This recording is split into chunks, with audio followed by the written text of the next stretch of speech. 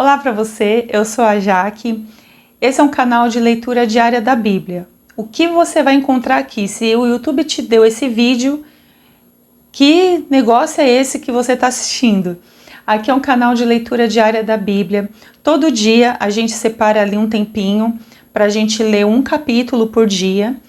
E no final do vídeo eu faço alguns comentários, extraio alguma lição que eu aprendi ali, que eu vou aplicar na minha vida, eu vou tentar aplicar, e você também, né? E assim, esse canal foi pensado para pessoas que têm dificuldade de ler a Bíblia, pessoas que são novas na fé, estão conhecendo Jesus agora, o crente preguiçoso que não lê a Bíblia e aí fica reclamando, é para isso também esse canal. Então ele foi pensado com muito carinho, com a visão de que o que nos transforma é a palavra de Deus, é a comunhão com Deus Pai todo santo dia. É difícil, nos dias de hoje vou ser bem sincera para vocês, não é uma coisa fácil não. Mas Deus, Ele sustenta, Ele dá graça e Ele nos ensina coisas preciosíssimas quando a gente faz um pouquinho de esforço ali para sentar, se aquietar e ouvir a palavra dele, o que ele tem para nós. Então, todo dia nesse horário, você pode pegar a sua Bíblia para você se juntar a mim, você com a Bíblia que você tem, eu com a Bíblia que eu tenho, ou no celular, e sempre nós vamos ler juntos aquilo que o Senhor tem para a gente. Você pode pegar seu horário de almoço, à noite quando você chega, antes de dormir. É sempre coisa rápida, a ideia aqui é mais uma reflexão, não é um estudo teológico, não é uma coisa assim profunda, assim, sabe, teologicamente. Isso tem outros caminhos, mas a ideia assim do canal é mostrar que nós precisamos ao menos fazer a leitura da palavra, porque isso a longo prazo transforma a nossa vida completamente, tá bom? Então você é muito bem-vindo aqui, você pode compartilhar já esse canal com alguém que tá de repente nessa mesma visão. Sabe quando você pensa assim, puxa vida, eu conheço uma pessoa que tá precisando desse empurrão, eu conheço uma pessoa que tá com essa dificuldade, manda para ela vai te agradecer depois. E nós terminamos há pouquíssimo tempo o livro de Gênesis inteiro, os 50 capítulos estão aqui no canal, vou deixar numa playlist aqui em cima, e agora nós estamos lendo o livro de Mateus, o primeiro livro do Novo Testamento, porque nós também precisamos falar de Jesus. Vamos falar com o nosso Deus e pedir a Ele sabedoria sobre a palavra de hoje, sobre o que nós temos para aprender no dia de hoje. Pai, em nome de Jesus, eu te agradeço por essa palavra, porque ela é viva e eficaz. Senhor, em nome de Jesus, abra a nossa mente, o nosso entendimento. Nos torne, Senhor, pessoas transformadas através da sua palavra, para que possamos também transformar outros. Senhor, em nome de Jesus, eu entendo que nenhum entendimento posso ter de mim mesma, mas eu tenho pela tua palavra através do Espírito Santo. Peço ao Senhor que fale comigo, fale com quem estiver assistindo. Ensine, Pai, a nós a ouvir a tua palavra, ensine a nós o que o Senhor quer da gente e como praticar aquilo que o Senhor nos ensina hoje. Abra a nossa mente e abra o nosso entendimento, meu Deus, é o que eu te peço e te agradeço em nome de Jesus. Amém, amém. E hoje nós vamos ler Mateus capítulo 10 e a palavra de Deus está escrita assim: chamando seus 12 discípulos, deu-lhes autoridade para expulsar os espíritos imundos e para curar todo tipo de doenças e enfermidades. E estes são os nomes dos 12 apóstolos. Primeiro, Simão, chamado Pedro, e André, seu irmão, Tiago, filho de Zebedeu, e João, o seu irmão, Filipe, Bartolomeu, Tomé e Mateus, o publicano, Tiago, filho de Alfeu, e Tadeu, Simão cananeu e Judas Iscariotes, que o traiu. Jesus enviou esses 12 e ordenou-lhes: não ireis aos gentios, nem entrareis em cidades de samaritanos. Ide antes às ovelhas perdidas da casa de Israel. E indo, pregai dizendo: o reino do céu chegou. Curai os enfermos, ressuscitai os mortos, purificai os leprosos, expulsai os demônios, de graça recebestes e de graça dai. Não levareis no cinto ouro, nem prata, nem cobre, nem bolsa de viagem, nem 2 túnicas, nem sandálias, nem bordão, porque digno é o trabalhador do seu alimento. Em qualquer cidade ou povoado em que entrardes, procurai saber quem nela é digno, e hospedai-vos ali, até que vos retireis. E ao entrardes na casa, saudai-a. Se a casa for digna, que a vossa paz venha sobre ela, mas se não for digna, que retorne para vós a vossa paz. E se ninguém vos receber nem ouvir as vossas palavras, sacudi o pó dos pés ao sairdes daquela casa ou daquela cidade. Em verdade vos digo que no dia do juízo haverá menos rigor para a terra de Sodoma e Gomorra do que para aquela cidade. Eu vos envio como ovelhas no meio de lobos, portanto, sede astutos como as serpentes e sem malícia como as pombas. Cuidado com os homens, pois eles vos entregarão aos tribunais e vos açoitarão nas suas sinagogas. E por minha causa sereis levado à presença de governadores e reis, para que deis testemunhos a eles e aos gentios. Mas quando vos entregarem, não vos preocupeis com o que falareis, nem como falareis, pois naquela hora vos será dado o que dizer. Porque não sois vós que falais, mas o Espírito de vosso Pai é que fala por meio de vós. Um irmão entregará seu irmão à morte, e um pai a seu filho, e filhos se rebelarão contra os pais e os matarão. E sereis odiados por todos por causa do meu nome, mas aquele que perseverar até o fim será salvo. Quando, porém, vos perseguirem numa cidade, fugi para outra, porque em verdade vos digo que não acabareis de percorrer a cidade de Israel antes que venha o Filho do Homem. O discípulo não está acima do seu mestre, e nem o servo acima do seu senhor. Basta ao discípulo ser como seu mestre, e ao servo como seu senhor. Se chamaram Beelzebu ao dono da casa, quanto mais aos da sua família. Portanto, não os temais, porque não há nada encoberto que não venha a ser revelado, nem escondido que não venha a ser conhecido. O que vos digo às escuras, dizei-o às claras, e o que vos é sussurrado ao ouvido, proclamai-o dos telhados. E não temais os que matam o corpo e não podem matar a alma. Pelo contrário, temei aquele que pode destruir no inferno tanto a alma como o corpo. Não se vendem 2 passarinhos por uma pequena moeda, mas nenhum deles cairá no chão se não for da vontade de vosso Pai. E até mesmo os cabelos da vossa cabeça estão todos contados. Portanto, não temais, valeis mais do que muitos passarinhos. Portanto, todo aquele que me confessar diante dos homens, eu também o confessarei diante de meu Pai que está no céu. Mas aquele que me negar diante dos homens, eu também o negarei diante do meu Pai que está no céu. Não penseis que vim trazer paz à terra. Não vim trazer paz, mas espada. Porque vim causar hostilidade entre o homem e seu pai, entre a filha e a mãe, entre a nora e a sogra. Assim os inimigos do homem serão os de sua própria família. Quem ama seu pai ou sua mãe mais do que a mim, não é digno de mim. E quem ama seu filho ou sua filha mais do que a mim, não é digno de mim. E quem não toma sua cruz e não me segue, não é digno de mim. Quem achar a sua vida, irá perdê-la. E quem perder a sua vida por causa de mim, a achará. Quem vos recebe, recebe a mim, e quem me recebe, recebe aquele que me enviou. Quem recebe um profeta porque ele é profeta, receberá a recompensa de profeta. E quem recebe um justo porque ele é justo, receberá a recompensa de justo. E aquele que der até mesmo um copo de água fresca a um desses pequeninos, porque é o meu discípulo, em verdade vos digo que de modo algum perderá a sua recompensa.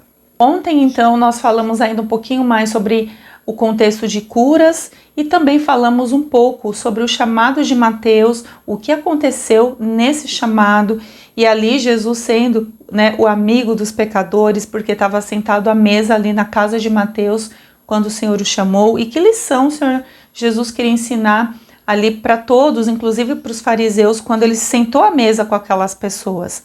E aqui o texto hoje ele vai continuar falando sobre missão. Qual era a missão dos discípulos? Porque assim, quando Deus ele chama alguém para fazer alguma coisa, você nunca vai ficar do tipo assim, eu não sei para que eu vim nesse mundo. Eu não sei qual é o meu papel, não sei qual é o meu propósito.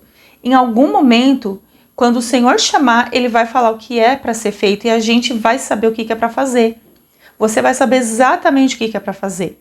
Por quê? Porque quando se trata do chamado, não se trata de você. Porque o reino não é seu, a obra não é sua. Você vai receber uma autoridade para fazer, para agir no nome de Jesus. Mas essa autoridade, ela foi dada a você. A questão ali, o reino, né, o reino do Senhor não é seu, não é seu.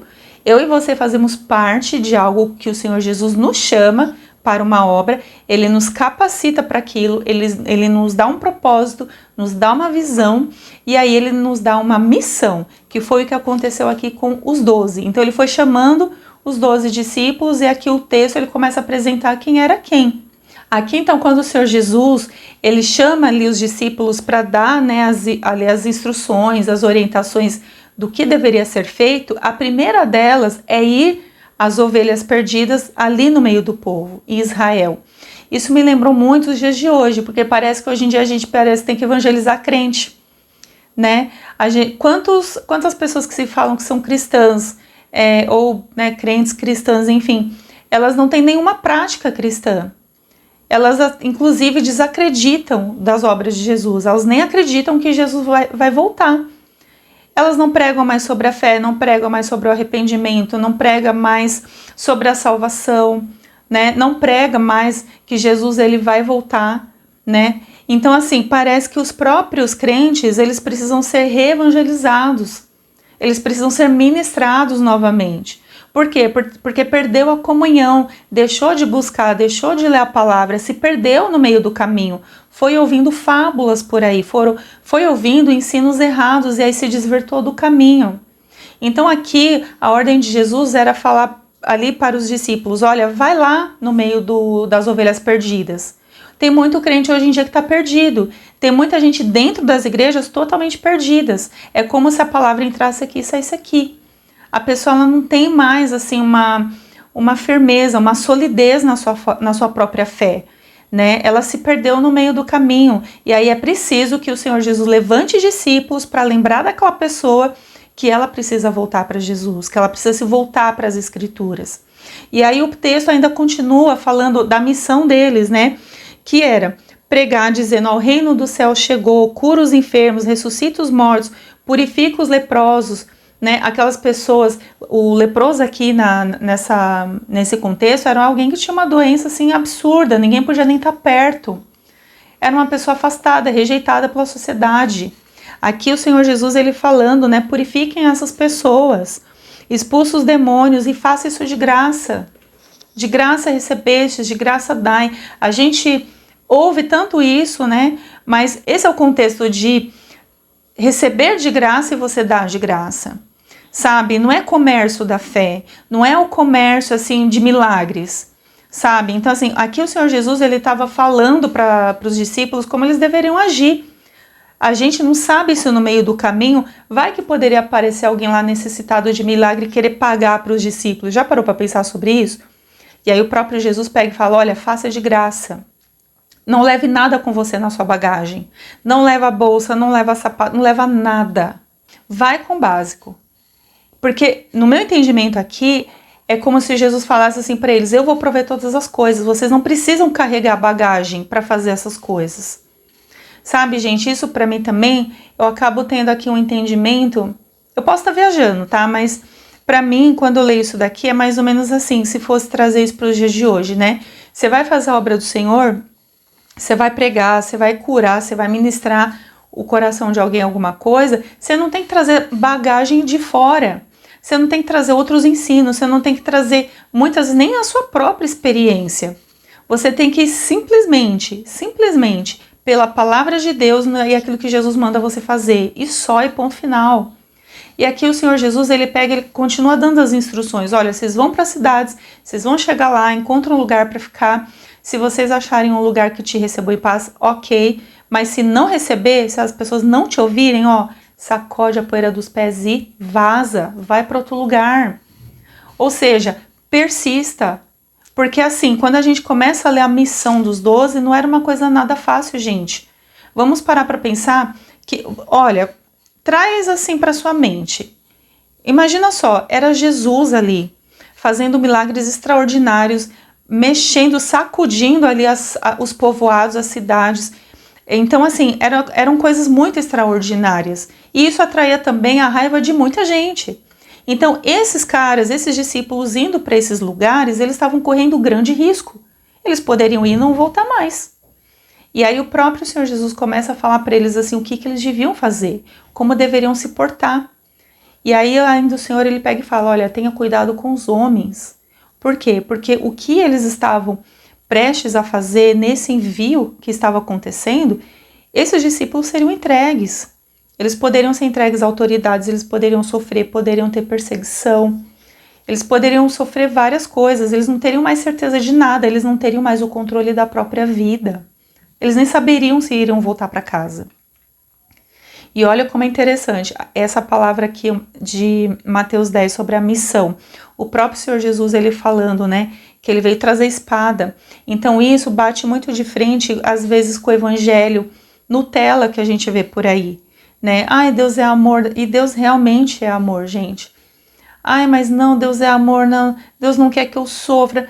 Gente, quando a gente vem para a palavra de Deus, a gente vê o real propósito da Bíblia existir.